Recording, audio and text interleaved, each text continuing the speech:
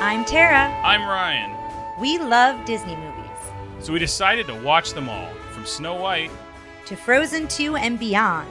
Each episode will watch a different Walt Disney Animated Studios film and tell you all about it. Did we like it? Does it hold up? Who's our favorite hero? Or villain. We'll give you history and fun facts about each movie. And sometimes we'll invite our friends to watch along with us. So put on your tiara or your evil crown and join us on our adventure. This is Tara and Ryan's Princess Diaries. Hello, listeners, and welcome to Tara and Ryan's Princess Diaries MiniTale. Today, we're doing 2010's The Sorcerer's Apprentice. I don't know how else to come out of the gate saying it other than we really enjoyed this movie. Yes, it's got magic, it's got a bromance, it's got science, it's got romantic love, action, car chases. I mean, it really has everything. Okay. At no stretch of the imagination is this a good movie. It's fantastic, but it's fun. And if you love Nic Cage, you will definitely enjoy the hell out of this movie. I don't think this is peak crazy. Well, I'll leave that out. I don't think this is peak crazy Nic Cage. Like, it's not Con Air, it's not Face Off, but it's B-level crazy Nic Cage. Yes, it's really fantastic. He makes some big choices in this movie. And I loved every single one of them. I think it was, because we decided, Tara said, well, you can pick. Mm-hmm. And I said, well, I want to see this one, because I thought it was, my hope, this is exactly what I hope for. It's the kind of movie you want to see on the podcast, How Did This Get Made? It's a movie that's crazy, it's weird. I think they spent way too much money on it. I think that's probably what happened here. That's why I see why it didn't get a sequel. I don't know anyone who saw it in theaters. I don't remember it being advertised at all. Tara is currently wearing a "You Say Villain Like It's a Bad Thing" in Disney type shirt. I don't know if you did that on purpose. I did not. I don't remember anything about this movie. I didn't know it existed until Ryan let me know. I don't remember it being advertised. I don't remember it being in the theater. It was 2010. It is so loosely connected to the source material. Yes. It's let me read the Disney Plus thing that's up in front of us right now. Magic is everywhere, even in Manhattan. Balthazar Blake, which let's start off by talking about what a great name that is. It's a fantastic name. Balthazar Blake, played by Nic Cage, a modern-day sorcerer with his hands full battling dark forces, must take a seemingly average physics student. Now, hold on. He's an average person, but he's an exceptional physics student. Yes. Interesting. Dave Stutler, played by Jay Baruchel, from This Is the End, and I think he was in Undeclared back in the day if you watch that show. Under his wing to teach the reluctant recruit the art and science of magic. Little does Dave know that the magical arts may be the key to defeating an evil sorceress and getting the girl. Dun dun dun. It's great. If you liked, I think, Pirates, I don't think it's as good as the first Pirates, but it's definitely more entertaining than some of the later Pirates. I mean, it really has everything. It really does. I took a lot of notes too. Yeah, I know Tara I'm was like, I'm not going to take notes. But there were too many good things in this film to not talk about. My number one note is wig in all capital letters. Let's talk about how I want to cosplay as Nic Cage for Halloween. I want to do my hair. My hair is the same length as his right now.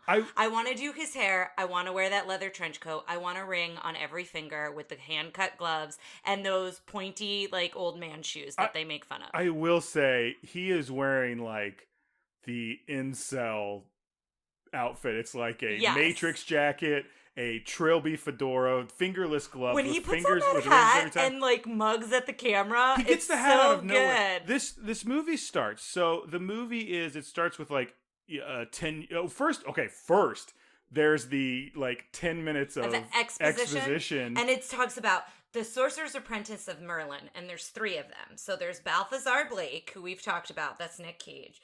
There's Veronica, and there's Horvath. Veronica played by Monica Bellucci. Horvath played by Alfred Molina. And then Merlin and his apprentices are fighting Morgana, but then Horvath does a heel turn. Yeah. And they do that. But then Nic Cage, they try to capture, but Veronica takes on Morgana's soul, so it's easier to capture her in this Russian nesting doll. Yeah, he captures evil sorcerers. all these evil people in these Russian nesting dolls. Let me just say, so we don't have to go into this whole thing, but when you watch it, you're going to see this, and you're going to, like, Tara and I laughed the whole thing, and we were a little bit like, what did we get ourselves into? Because they call, like, Merlin's ring will, like, when you find the right person. The prime Merlinian. Yes. The worst term I've ever heard. He's a descendant of Merlin, but I feel like they should have just said descendant of Merlin, but they had coined this term prime Merlinian. And they say it a lot. Like, that's the thing, if they would have said it once and then just moved on, but okay, but every minute someone's like, the prime Merlinian. Yes. And I'm like, oh, God. And that person is the only one who can defeat Morgana. Yes. So that's, like, very important to know. So you find that out in the exposition as well. And then there's this whole montage where Nic Cage is in, like, different parts of the world and different time periods searching for centuries for Dave. Eventually we find out this kid, David, and it's this Merlin ring, but it's a dragon. It doesn't look like a ring. It looks like this pewter dragon, and he puts it in the hand of each child. And so essentially we find out when Dave gets it, it turns into a ring and it latches onto his finger. So that's how you know that he is Merlin's descendant. We do not have time to go into the details of this movie, like all the little storylines. I'm going to try my best. There's so we can just say good things. Yeah, there's so can we talk about this movie? It's a pretty standard plot. The bad guys are trying to do this, like the good guy is trying to decide between being a sorcerer and having a girlfriend. It's that part's dumb, but like their attention to detail in how the magic in this world works is so interesting when they have fight scenes. Yeah, like it's not just like the Harry Potter, like, there's a magic beam coming out of my wand, Harry Potter, and they do that like it's like lightsabers but with wands. This is like he makes a mirror into liquid and throws someone in there and they get stuck in there. Yeah, There's a joke about it later. They all have like very specific spell names, but they've built the magic world up really cool. Like there's a quicksand rug at one point that was really fun and fascinating. And so there's a lot of different spells that they use on each other, and like they turn the cars into different things. And they also, when they're teaching Dave these spells, it's not then later Dave just does random spells. Like he uses specifically the spells he's taught. Like they do a good job of like building it in there, so there's not this huge step of like, well, magic just gets us out of anything. Like magic feels like it has rules and it has, limitations and all this stuff that make it interesting. Yes. And I will say, oh man, I had a really good point. It's gone. Hold on. I don't know what I was gonna say. Well, I want to jump back a little bit because I know you're talking about all the magic, but we need to talk about how when David is a kid and he basically writes this note to this girl, and we find out her name later, Becky, spoiler, she comes back, and it floats like through the whole city. He's in New York on a class field trip, and he just like chases this note everywhere, gets stuck to a dog's paw and all this stuff, and I'm saying how unbelievable it is, and Ryan's like, did you just see all of the exposition? Like, well, I think the point was it's supposed to be that was the coincidence. That's not a coincidence. That's bringing him to Balthazar. It's not abracadabra. Arcana Cabana, which is the best name for like a magic store. And it's an antique shop. And let's talk about how Nic Cage appears as a crazy old man to this child and is like, he calls him Dave, and the kid's like, how did you know that? And he goes, because I can read minds. And then he goes, it was on your backpack. Yeah. Like, there's a lot of those moments that are very Nic Cage in this movie that are really great. And I like that he's 1,000 years old, but he's not like old. I mean, he's old fashioned in that he's got like a 1935 Phantom Rolls Royce, which was apparently actually Nic Cage's. But it looks like he finds a style and he wears it like slightly outside of that. Like, he's just like, this is what I like. If I'd been around for 1,000 years, Well, and it's clear he's collected lots of different stuff in his travels while he's been looking for this descendant, and he shows him the ring. And then he tells him not to touch anything, and he goes down to get something, and he finds the nesting doll starts moving a little bit. The Grimhold is what they call these Russian nesting dolls. And it opens up, and all these bugs, I will say all the transformations when people turn to something or turn from something to a person were really cool. So like when Horvath turns into all the bugs, and then there's throughout the whole movie that's happening when there's that, Chinese woman, there's and then she turns into Horvath. Like, there's a lot of different things like that. There's a spell where you can make yourself look like someone else, and when you come out of it, you have like two faces for a second. Yeah, it's cool how they do those transformations. I think literally they just spent too much money on this movie, and then there's no way it was ever going to make its budget back, because it's 2010. I feel like everyone's getting tired of like, you know, everyone's getting tired of pirates. Haunted Mansion doesn't do good. This looked like another one of those movies, and it was another Jerry Bruckheimer film. I think if they'd taken out the references to the Sorcerer's Apprentice and just I don't know, like, I feel like that maybe had something to do against it, because everyone went, it's not Mickey, it's not this, it's what it, you know. Spoiler, Mickey doesn't appear in the movie. Mickey is not in this movie. Mickey's not in this movie. Neither is Yizned. Disney backwards, yes, but essentially what happens is Balthazar and Horvath fight in this antique shop, and they get trapped in this giant urn for 10 years to the day. He knocks it over.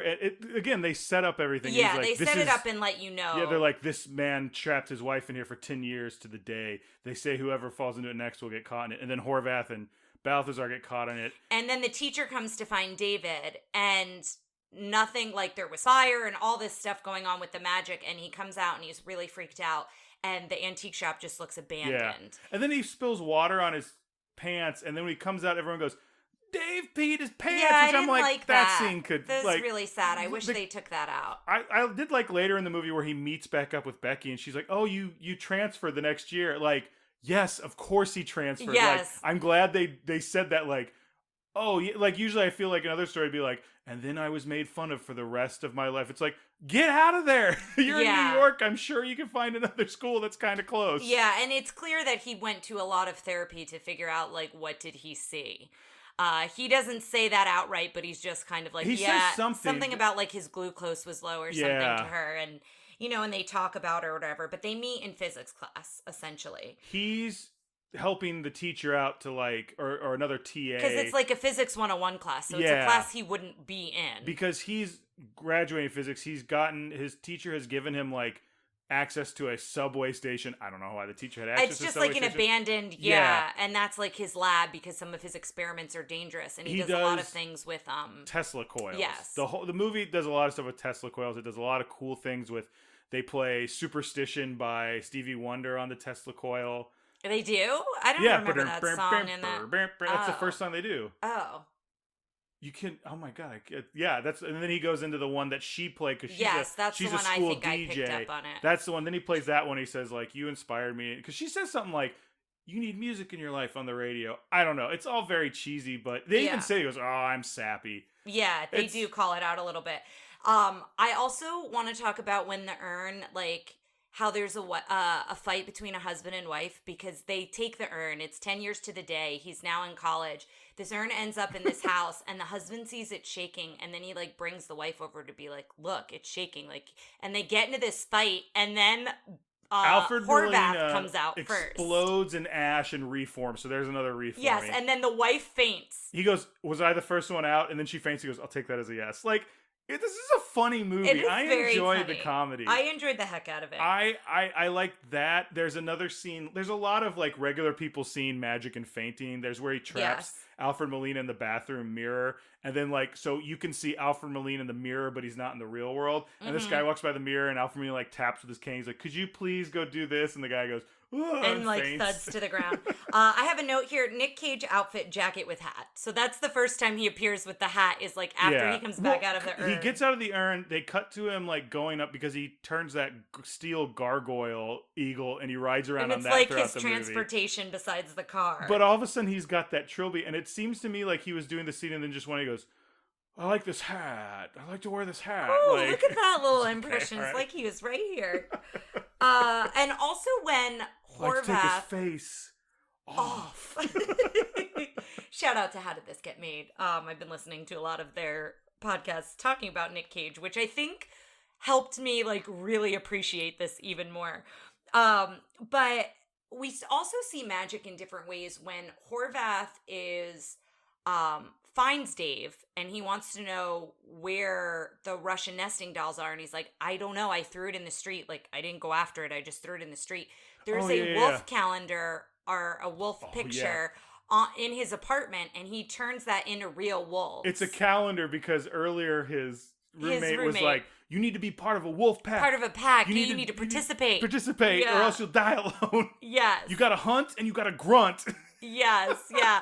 So he turns these wolves on him in the subway, and then there's this whole kind of chase scene, and then all of a sudden the wolves... Can I say my wolf fact? Yes, yes. So apparently these wolves watch their faces because they've got mean mugs on the whole time, but apparently that's CGI, and I think you can kind of tell.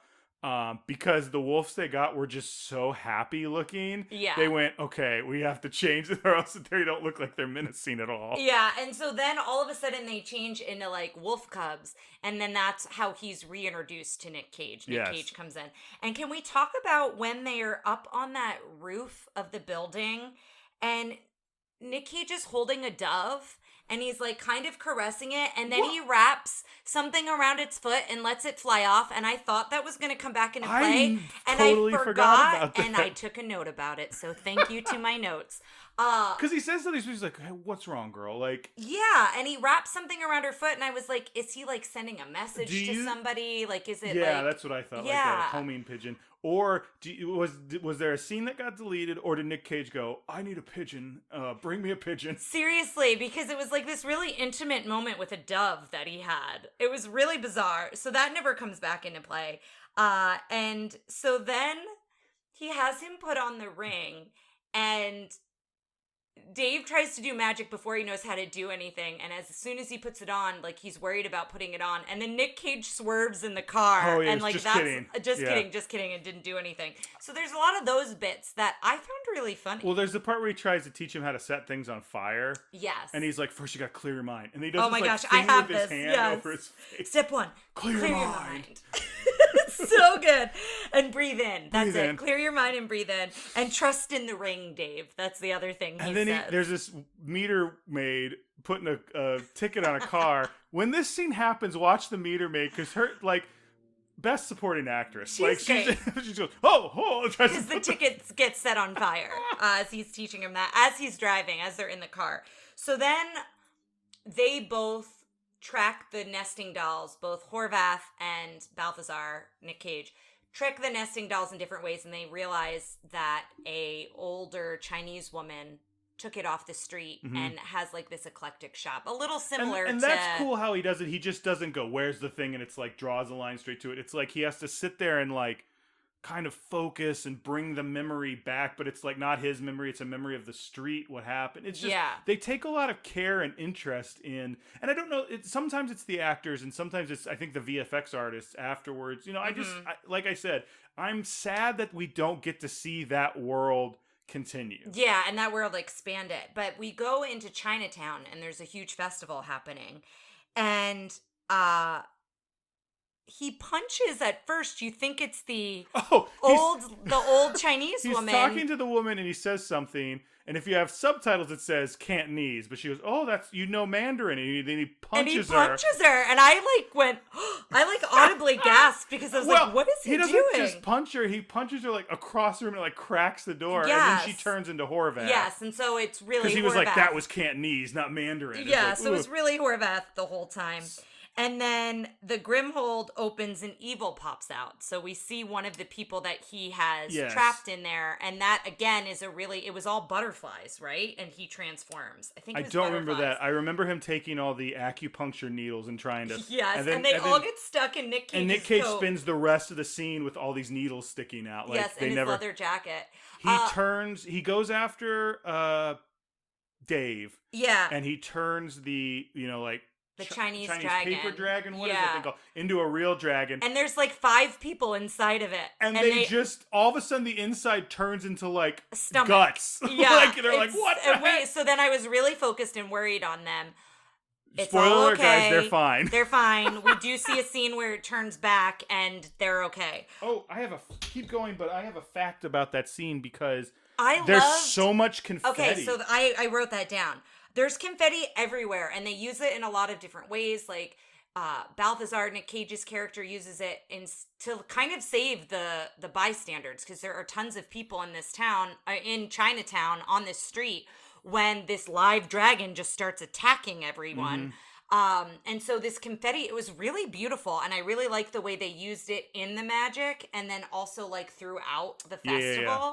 But you have a fact of how much confetti they used. The sequence took 5 months to plan, and half a ton of confetti was used in the sequence. Wow. It's a ridiculous, like, it's there's really so cool. much. Now, I wrote in my notes, real talk, fire kills the dragon, because I thought we weren't going to see the people again, but then we did. So yes, it's all the dragon dies and falls on the other guy, and Tara and I both like, did it kill everybody in the dragon? And then it cuts them, and they're like sitting there on the ground, like what just happened. So that was good. But then they pull the trick with the cops. Yes, where they turn into 2 New York cops, because cops come on the scene. But it happens so fast. Like, yes. One shot they're like that, and then they walk into the next frame, and they're all dressed like cops, and they both have mustaches. I really think Nic Cage played that character in something. I don't know. I think it was the one with the lottery ticket. With the lottery ticket. Maybe it's because he has a mustache in that one too. I don't know, but he felt like he was playing that character. But it's so funny because Jay Baruchel, I think, does a good job of being likable and just very nerdy. Like, he's also got very expressive eyebrows, which I appreciate it. I think it's good that he's a physics guy, but he's not like, hey, I'm a physics. It's not like they hired some dude like Taylor Lautner or whatever his name is from. I don't know why I'm thinking of that guy. The guy who played the werewolf in the werewolf vampire movies. I can't think of the Twilight movies. Oh, like, it's not like one of those like, I'm really handsome. Hey, I really like physics. Tesla coils are cool. Like, this looks like a dude who would like Tesla coils, and then they write him so he's kind of charming. He also reminds me of the kid from Rookie of the Year. Oh, I think he's dorkier than that, but yeah, I know who you're talking about. But similar to that actor, yeah. So I really liked him, and to go up against Nic Cage is pretty impressive. Yeah, and so now we go into the sorcerer training, and he's wearing like Converse sneakers, and he's like, we need to change your shoes because of the rubber. Yeah, because he's like, there's a lot of electricity, and you need to wear shoes with rubber soles. And he gives him these like old man shoes. He goes, these are old man shoes. And he looks down, and Nic Cage is wearing them. He's like, and they're excuse like pointy, me? Yeah, they're like pointy 1930s maybe dress shoes. This reminded me of, do you remember I think it's Mask of Zorro, the Zorro movie we saw with Antonio Banderas, and I don't know why I really Latined that up. Antonio Banderas. And Anthony Hopkins, and but you know what I'm saying? Yes. And he's like, when he's training him in like, the circle. this is your circle, and your world's gonna get bigger. That's what it felt like. Yeah. So they do this training montage, and then we go back to Horvath, who needs to find kind of like an apprentice of his own. And it's this Chris Angel type character. I don't know I ever wrote down his name. Like his character in the movie. I just wrote Chris Angel dude. Drake Stone. Yeah. So he finds played by Toby Cabell, who was in he does a lot of motion capture for monkeys. He was in the Planet of the Apes. Yes, he was the ugly one. Oh, yeah. And he ended up being in King Kong, the latest Kong one, the Kong Skull Island. There's a weird King Kong connection in this, where he draws King Kong on the window as a kid, and it lines up with the Empire State Building on the bus which window. Is a really I was like, that. That's really cool. That was really fun. But basically we find out that Balthazar was training him, and then his apprentice just disappears. Right? Is that it? No, Balthazar wasn't training him. There was this line because he was trapped in the Russian doll. That's line of bad sorcerers. Again, they're adding more vocabulary to this movie that you're never going to remember. Like, I think they're trying to make, like, if they just said you were a sorcerer's apprentice as well. Yeah. But instead, the bad sorcerers were all called Morganians. Oh, okay. And he was being trained to be a Morganian. And then they all disappeared. I guess they just maybe F'd when off, I don't know, but he disappeared, and so he's now using the magic he learned to do like Chris Angel type things. So he's very famous, and people stop him on the street to take pictures and like all this stuff. And then I have a note: Nic's hair wigs. So we've already talked about it, but it's amazing. A lot of good weird hair in this. Yeah. So then Becky. So we've established that they're connected again. The little girl that he had a crush on. Meets her in the physics class and whatever, and they kind of go on like this first date. Well, no, this is before the first date, where he's kind of stalking her. He's tutoring her. I think the point is he's tutoring her. I guess, in physics. Yeah, but they're in the subway and she gets mugged, and so this is the first time he uses magic. He runs off outside he of chases training. The mugger and like gets their stuff back. Yeah, and then she comes for the first date. That's what happens. Then she comes to his lab. And he tells Balthazar to hide, and Nic comes out and goes, Dave, I didn't know we had company. And then he's like, I'm Uncle Balthazar. And he's like trying to play like this cool, hip, like, hey man, what's going on? And then he does a cut where he's like, well, I have to go pick up your anti-itch cream anyway. He's trying to get her to out go of there. away. And then when he realizes that's not going to happen, he's like, well, I have to go pick up your anti-itch cream, so I'll be back in a bit. So then this is where all the Tesla coil music things we were talking about happen. Mm-hmm. They go in this cage and he like shows her kind of the magic, the science of these Tesla coils and how it all sounds like music. And he's like, I've been working with these for years and I've been so obsessed with them, but it wasn't until I met you. It's a very corny moment, but it is very sweet, and it's the romantic part of the film, like their romance budding of being like, you know, you opened my mind in another way that I didn't see before. And she's like, you're legitimately thinking of me. You're listening to my. Thank you. Yeah, like, you listen to my radio. She's like, you really listened. I think she thought he just said he listened to their radio show. I think it moved fast, but it's also a movie, so it needs to. But yeah. I feel like I believed like. It wasn't one of those things where, like, it could have been one of those ones where he keeps screwing up every point of the way, but yet she still falls in love with him, which I think happens a lot. But this one he was being, like, legitimately nice. Yeah, and then making time for her. What winds up happening is there's more training and things that happen. And then he tells her to meet him for a second date. And this is where the Sorcerer Apprentice stuff happens. Where, like, everything's a mess. There's plates everywhere. I guess we're to establish that they've been doing long nights training, and so everything's just a mess everywhere. And we get that one scene of his dog Tank who like pees, which I'm like, we didn't need that. Tank showed up at a big part of the movie, but in a big for car no chase reason. part of the movie, and then he has him, and then nothing happens with that. I was like, maybe they're going to use Hank in some way, but so there will be scenes where you think something's going to happen to the dog. The dog is fine. Dog's That's an important, fine, totally fine. And just so you know, if you've listened this far, you're probably going to continue, but like. So this is I think everyone should see this because I want to talk to more people. I think you should watch it, and I think we're going to spoil the ending. So here's the thing: this is not a movie where like you're not watching it because you want to know how does it end. You Very just want to see the scenes. So that's a good point. So he starts cleaning up, and he realizes like it's like 15 minutes till she's going to be there, and so he does the magic that Mickey does with Sorcerer's Apprentice. He gets like a mop going, and then the sponges are cleaning, and all of this stuff, and the music from Sorcerer's Apprentice is playing, and he runs to go take a shower. And when he comes back, it's what you would think would happen. Everything's kind of in chaos and has gone crazy, and he can't stop it. And he's trying to stop it, and he can't. She's on time. He runs upstairs, and these two mops are like on his back, tickling him, I guess. They keep like and poking punching at him in the butt and stuff. Yeah, and so he's like Very jerking odd. around, and he's like, I'm having some issues. You need to go, and like tells her to leave. And then Nick, of course, comes in. And I wrote here that Ryan called it. Like, as soon as Ryan saw he was going to get the mop, you called, it's going to be Sorcerer's Apprentice. And I just forgot about it. I think I was so entranced in the film. Yeah, because, like, this is the only time. There's a shot at the end in the post-credit sequence where we see Mickey's hat. Yeah. But other than that, there's, like, no other... I mean, there's not much to reference. It's just one scene in a packaged film. Yes. And then Nic Cage gets very serious and very angry because he's like, you cannot abuse the sacred art and, you know, you're in Merlin's circle. And I get it to a certain extent. I felt like we got more emotion out of Yesnid than we did out of Nic Cage in the scene. He was like, you can't abuse it.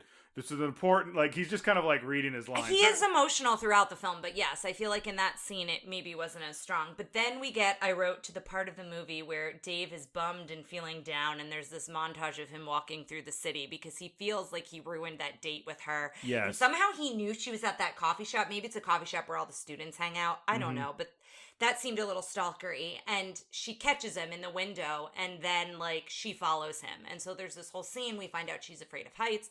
They're up on this high building, and, you know, they have, like, this really sweet moment together. And so then he comes back and says, he basically has a fight with Nic Cage before he leaves, storms out, and, like, doesn't want to do the magic. Doesn't the bad guy come back? Oh, that's right. Because the bad guy comes back, and then he saves Nic Cage with the knife. He's disguised as Dave. Yes. And then he fights him. They get the Grimhold, and then That's right. he starts using his magic. He can help. It's Chris Angel comes in as Dave. That's right. And then they start chasing him in the car, and there's a whole car chase where they keep changing what their car looks like, which is a cool bit. Like, the bad guys change it to look like a taxi, and they're on New York, so there's a bunch of taxis, and they both change it to whatever car company is paying this movie. Because it's the same type of sports cars. And then they change into a garbage truck and like a beater, but it was supposed to be the other way around. It's Dave like tries to do it. He tries to turn their car into a beater. He changes their car into a Pinto, and Nic Cage is like, 73 Pinto, what was your plan here? Yeah. Also, I'm just going to try and get out as much of my Nic Cage impression. Keep it going. Also, before the car chase scene is where we find out more exposition that both Balthazar and Horvath were in love with Veronica, and Veronica winds up choosing Nic Cage's character. So they were all friends. They were all like fighting the good fight. So once again, white male incel getting upset that he is not getting a girlfriend, and he is taking it out on the world. And he turns. I actually think I would have liked it better if he fell in love with Morgana. Yeah. Because I understand him being mad, but now it's kind of a weak thing of like, well, I couldn't get the girl, so I'm going to destroy the world. It's like, okay, I more see you want to help your girlfriend or someone you're in love with. Yeah, right? Well, I think he still wanted to set Veronica free, even though maybe not. I guess he was really focused on Morgana. It doesn't matter. That's not the part of this movie that's interesting. The part of this movie that's interesting is anytime is Nic Cage's head on the wig. screen. Yes, anytime he's on the screen. So we find out, he's been carrying the woman he's been in love with for 1,000 years in this Russian nesting doll. So it's like a very emotional scene when Dave kind of puts that together now that he's in love. He's getting like this deeper insight. And then Abigail Williams is a baddie for a few seconds, who is a Salem witch who apparently started the Salem witch trials. It's a real person. Yeah, she was one of the women who accused them. And she goes to Becky in the radio station and like asks for a request. And Becky's like, no, the show's done, whatever. And then she doesn't look like she's from the period of that time.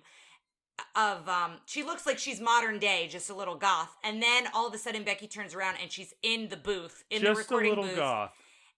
No, then she changes into... No, but you just said it like it was a bad thing. I hope Megan's not listening. No, I'm not saying it's a bad thing. What I'm saying is she looks like she fits into the world, and then in the next moment, she looks like she's straight out of the Salem witch trials. She's back to what she was originally wearing. And then, so Horvath starts stealing people's power.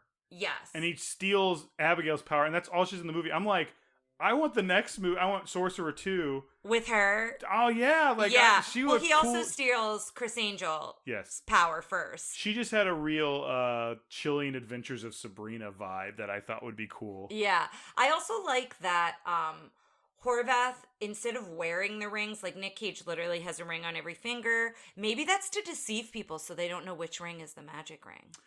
I'm sure there's some actor's that had to have been a costume got, choice that he decided. He's like, I like all these rings. Yeah. I want to know how much influence editing this, I'm going to hate it. Influence/improvisation that Nick did. Well, so supposedly he had a lot of say in the movie. This feels like a situation where after they gave Johnny Depp Jack Sparrow, these Disney movies were built around, we're going to take a property, we're going to do something completely new with it, but it's going to be built around a personality. So I could see them going to Nic Cage and being, especially, I think this was probably after National Treasure. It's Bruckheimer, so they probably have a good deal with him. It feels similar to it, too, in certain moments. I'm sure they go to him and go, like, we want to develop this property. And he was like, he wanted to do it because he wanted to play a mystic character with magic. So I think maybe he even said, like, Sorcerer's Apprentice. But I think he had a lot of say in, like... I'm sure. It feels that way. And what I was saying earlier about the rings is I like that... I don't know if I actually made the point. I like that Horvath, instead of wearing the rings, he puts them all on his cane. Yeah. And his cane is kind of like how he does the magic. So it's a little bit different than how Balthazar and Dave do the magic. So I thought that was a cool choice. So eventually, Dave gets to where Balthazar is, and he doesn't realize that he's got Becky. And so there's an ultimatum, like, give me the Merlin ring and the nesting doll, or Becky dies. And so, spoiler, he gives them up for Becky. Balthazar, I love that didn't become like a break in their characters and they come back together. Then, like, Balthazar was flat out like, I would have done the same thing. Yeah, he's very... And at this point, we've established that Dave is very empathetic to how Nick feels because he found out about Veronica, and like vice versa. Like, we've kind of established that they're past that. So then hold on. Becky finds out about magic. Oh, this moment. Sorry. They're all on the rooftop. She finds out about the magic now. She's like, what's going on? And it's Nic Cage on the rooftop. It's Dave and it's Becky. And Nic Cage has this statement. It's so serious and emotional. And it's like, no one knows how much time that we'll have with those who are important to us. Like, and then real fortune cookie he stuff. Arms wide open, dives backwards just off the building, and it's so good. The best part about it is Becky, like when he first says up, she goes, "Oh," like she does a good job of like her character does not know what's going on, so let's make sure she's always like, "What are you doing? You just jumped off." Yeah, and he's like, "Oh, he does that. Don't worry about it. He's fine." And Becky also reminded me of when we watched Winnie the Pooh. And his wife didn't know that the stuffed animals like came to life and he was like trying to catch her up. It's a more intense version of that to where he's like, because then we have that scene where he's like, so I'm a sorcerer and like this is happening. And she's like, okay, great. Like she's trying to take in all this information. You know, and it makes me think, I feel like we get a lot of these movies where it's like the female love interest is like brought, like, you know, Zorro where she figures out he's Zorro. Or Winnie the Pooh where she figures out. Let's do an opposite. Let's the next one of these movies, because I feel like it's there's a lot of this type of movie plot wise that comes out. Let's do a female one. This should be. I'm getting off topic. This should be the Batgirl movie. Should be where old Batman is looking to pass the torch, and she's the one. He's like step into the circle, and she's like is learning how to do it. I like that. Let's do a Batgirl movie. Like that. I like that. Anyway, sorry. So Becky decides to come with him. Like, he wants to drop her off. It's too dangerous, la la la. And she's like, no, I'm going to come with you. And then the roommate comes back. And, like, the roommate's character was fun, but he didn't really have a purpose. And they cut to this scene that he's, like, getting all romantic with a lady and all these candles. And, like, he's trying to be smooth. Then Dave calls. And I guess he just tells her, I'll be right back, because he gathers up all the coils to give them to Dave. And he's like, I don't know what's going on here, man, but you're participating. So, like, that bit comes back. And then Becky has, like, a really huge point. So, basically, when they free Morgana, he's looking up at the sky. Becky can't see it. But he's realizing that she's using... Hold on. So, she's using the satellites to, like, make a circle, like, make, like, a pentagram in the sky. Yeah. And then Becky to bring the undead back. Becky can't see it, but Jay can see it.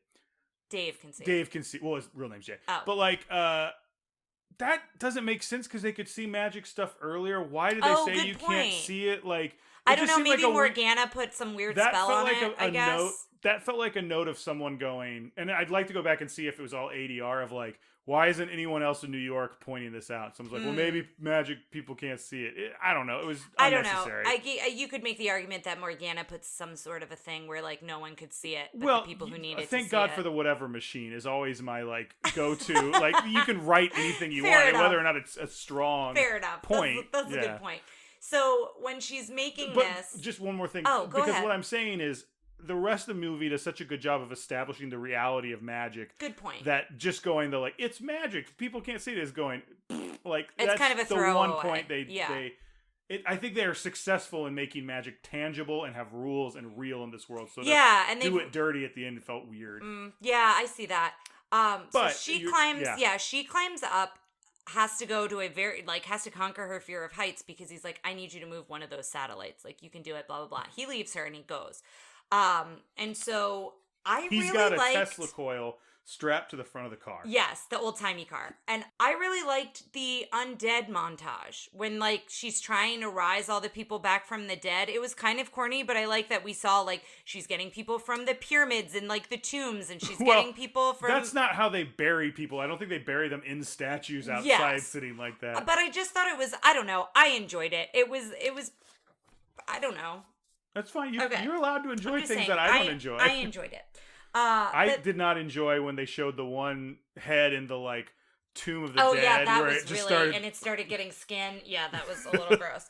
There was a couple like I recently rewatched the first pirate movies, and like there's some pretty gruesome stuff in there, and I think that's what's fun about it. Yeah, because it's a ghost story. Yeah. But this one, I think every once in a while does something. It's the same company. It's Disney and Bruckheimer Films. Yeah. So.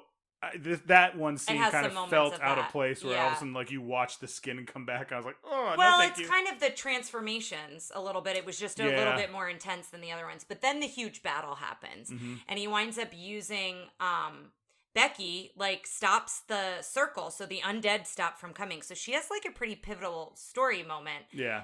When she moves the satellite, and then he is doing magic almost as a distraction on Morgana, and uses the electrical cords, You're skipping a part. So first he uses the Tesla coil on Horvath. Yes, Did you that's say right. No, I didn't say that. So he uses his science. So that's cool. Yes, he uses his science because he realizes he'll be a good conductor with all the rings on the cane. The good thing, because magic has these sciencey rules. They keep saying, yeah, like, they to keep start referring fire, back you have to physics. They keep saying they're intertwined. Mm-hmm. They teachable moments. The Prime Merlinian, like the Prime Merlinian.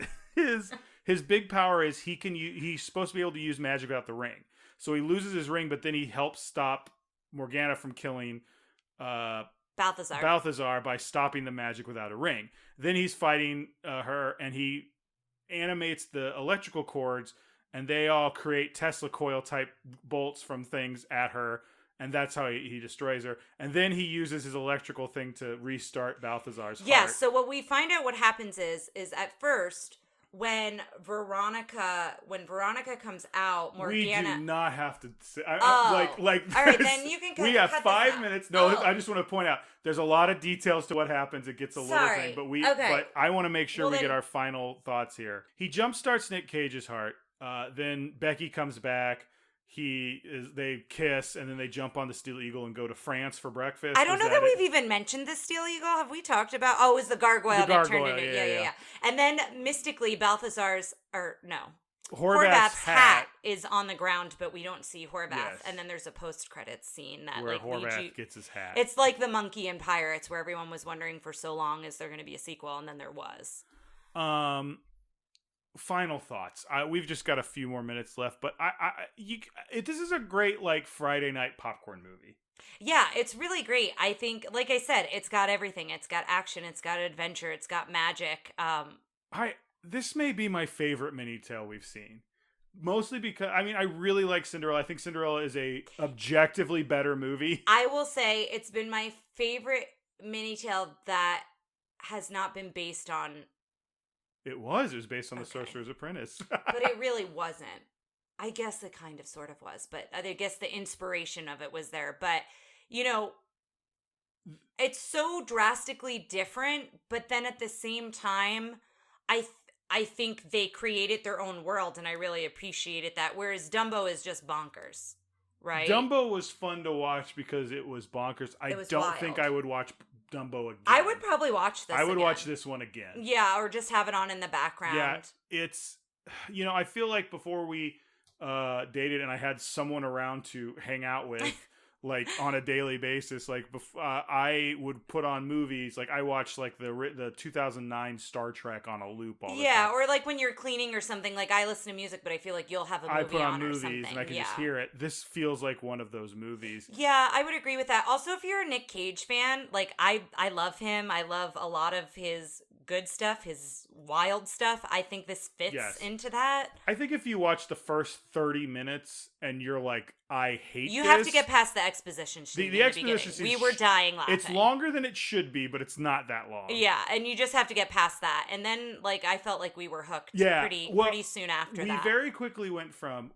because when I picked this, you went... I was not... Ryan has wanted to do this one for a while, and I finally was like, okay, it's your choice. What do you want to do? And he said this, and I was like, Because this is what I had hoped it would be. I hoped it would be something that we would enjoy and just, like, be ridiculous Cage. And and I wasn't going into this going like, oh, maybe it's a lost, like, treasure. No, it was really fun, but it was not like a great movie, but it was a movie I will watch again. Yeah, I think everyone out there should check it out. It's, if you got Disney Plus, it's just sitting there. It's free. It's not free for Disney Plus. I don't know why it bothers me when people say streaming service stuff is free. Okay, it's not free. You're paying for it every month, but it feels like it's free because you forget that payment comes out of your bank account every month. But that's important because you're giving money to a corporation, and you shouldn't think that their thing is free. Oh my goodness. Also, I want to point out that they make the Wall Street Bull fight Nicolas Cage, and I'm wondering if there's some sort of comparison between that and him losing all the money he had. If there's some sort of I like that bull parallel. statue gets caught in the car for a while and is Yes. just like battling the car in the background. Yes.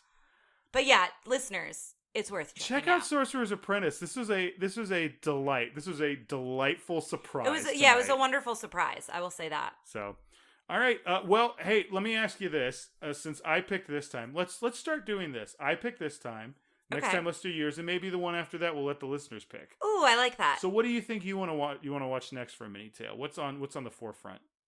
We just recorded Beauty and the Beast, so that's on the docket. Well, and we've seen that one, right? But we're gonna have to watch it and do it again.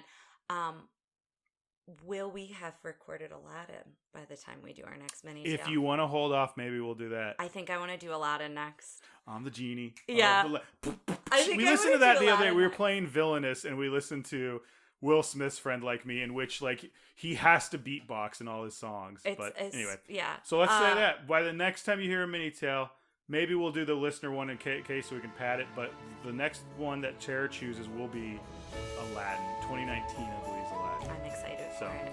Thanks for listening, guys. Go check out Sorcerer's Apprentice, and we'll see you next time. Thanks for listening to Tara and Ryan's Princess Diaries. If you want to tell us your favorite Disney villain and why it's guest on, send us an email at trprincessdiaries@gmail.com. Or you can send a tweet about how great Maleficent is to @TRPDiaries. Check out our Facebook group by searching for Tara and Ryan's Princess Diaries. Tara and Ryan's Princess Diaries are available on iTunes, Stitcher, Spotify, Overcast, and many more.